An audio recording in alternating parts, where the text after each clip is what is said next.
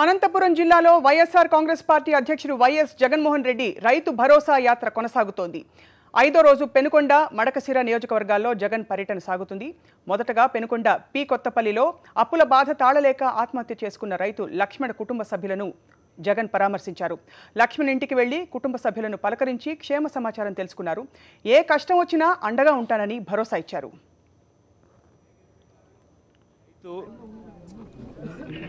చనిపోయి ఇప్పటికి దాదాపుగా 12 నెలలైంది.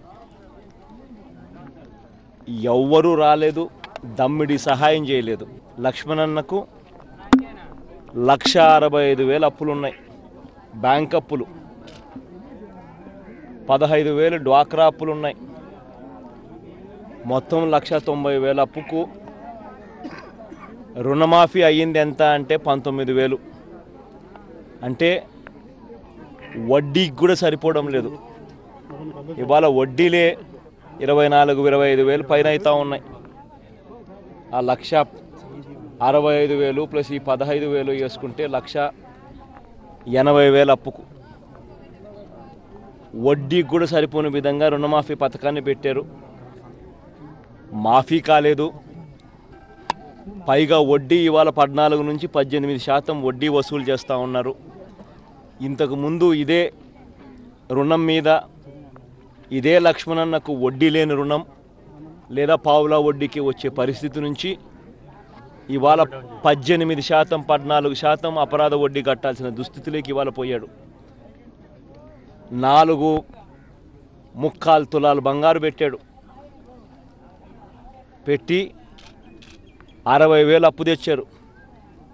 బ్యాంకు వాళ్ళు 2 రూపాయలు వడ్డీ వేస్తూ ఉన్నారు. ఆ బంగారు తెచ్చుకునే పరిస్థితి లేదు. బంగారు తెచ్చుకోవాలి అని అంటే ఇంట్లో డబ్బులు లేవు. వాళ్ళేమో చూస్తే ఇచ్చింది తులానికి 12,000 ఇచ్చినారు బ్యాంకు వాళ్ళు. ఇవాళ తులం 27,000 ఉంది. వదిలేయలేరు. వదిలేస్తే బంగారు వాల్యూ ఎక్కువ.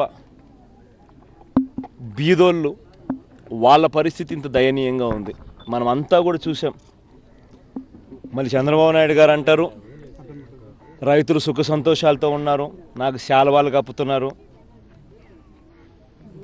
అసలు రైతులే చనిపోలేదని మన కళ్ళతో మనమే చూసాం. చంద్రబాబు నాయుడు గారికి ఇప్పటికైనా బుద్ధి